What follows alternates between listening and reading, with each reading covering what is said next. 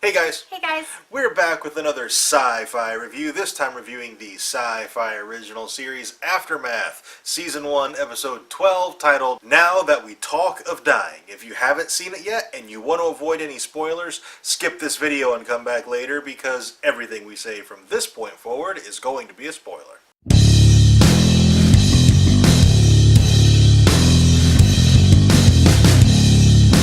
There are a few things I want to talk about for this episode. The first one is Sarah. Sarah is an awesome character, very capable with a bow, which is Which is always awesome in the apocalypse because bullets run out. Yeah, and I really hope Matt finds her. I would hate to see that character leave the show this fast because I think she's fantastic. I want to see more of Sarah. And she does have some sort of psychological problem going on because she doesn't want to be there. Like, she just doesn't want to live anymore. And I'm hoping, like, the Copeland family helps her get over this and come into her own. And she totally took down those two government guys. And there was something, because they're both dead now, there was something totally fishy about them. Like, the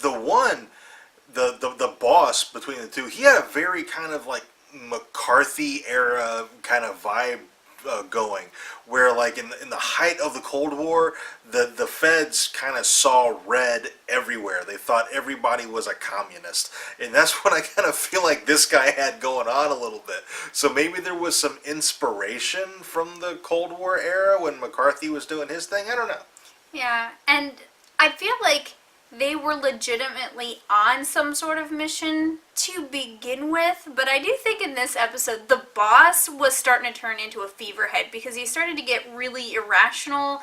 Even his partner had mentioned, like, this isn't like you. It's like he just became obsessed with his mission and just very irrational and making judgment calls that he shouldn't have been making. But I am a bit sad that those government guys died. I think that could have been a really fun arc to keep going for a couple episodes. Yeah, like, I kind of wish they hadn't caught up to in this episode. Like, yeah. They could have dragged that out. That would have been really fun. So the family goes on the search of Moondog, and they find where he's transmitting from a Tesla tower. Bree and Dana get left behind at the Tesla tower, which apparently attracts skinwalkers, and Dana gets possessed, and we think it's the same skinwalker who's been after Bree because her eyes turned silver. Yeah, and I don't remember any other skinwalkers having their eyes changed like that, so I think it's the same skinwalker kind of stalking Bree over and over again. I haven't got any kind of confirmation for that. It's just my personal feeling that that's what's going on. Yeah, and Bree thinks she killed it because after it left Dana, she turned the power all the way up and it disappeared. I mean, it stopped coming after them. We were privy to it being struck by some of the electricity, but I don't really think it's dead. I think it's still coming for him.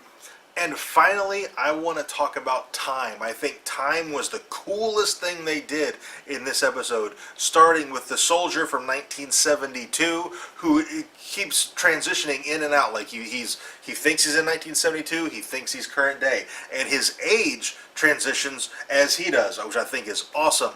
Which brings us to Moondog. Moondog also seems to be time traveling, but the difference is he's able to control it. Like, it's like he's seen all of these events, which is how he's predicted them. But not only that, when he comes out of the RV and Josh is like, they just looked in there, you weren't there, and he's like, yeah, but you gotta know when to look. Which is the best line. Oh my gosh. So that is some Doctor Who shit right there. So somehow he's controlling the time travel, which is awesome because if he is, then the Copeland family can time travel as well, hopefully, and not die off when the moon rock hits them.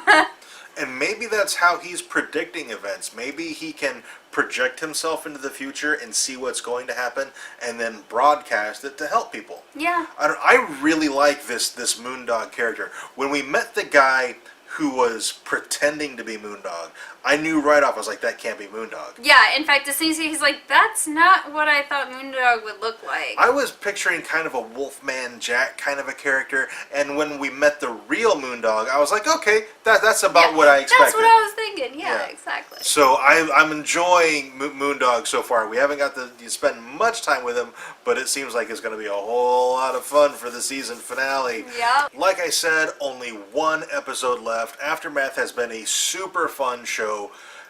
Ratings-wise, it's consistent with other sci-fi shows that have gotten renewed, so hopefully we will get a season 2, because I really want to see where this story goes. It has been so crazy and just all over the place this season. I want to see what else they could possibly have in store, because it seems like they've done it all, but I'm sure they have a few other rabbits to pull out of their hats. Yes, and they've started to broach physics, so I'm happy. Okay, I think that's all we have for this video. If you have anything to add, let us know down in the comments. Also, if you enjoyed this video, tell us by dropping a like on it and subscribe for more reviews. And thank you very much for watching, and we'll see you next time.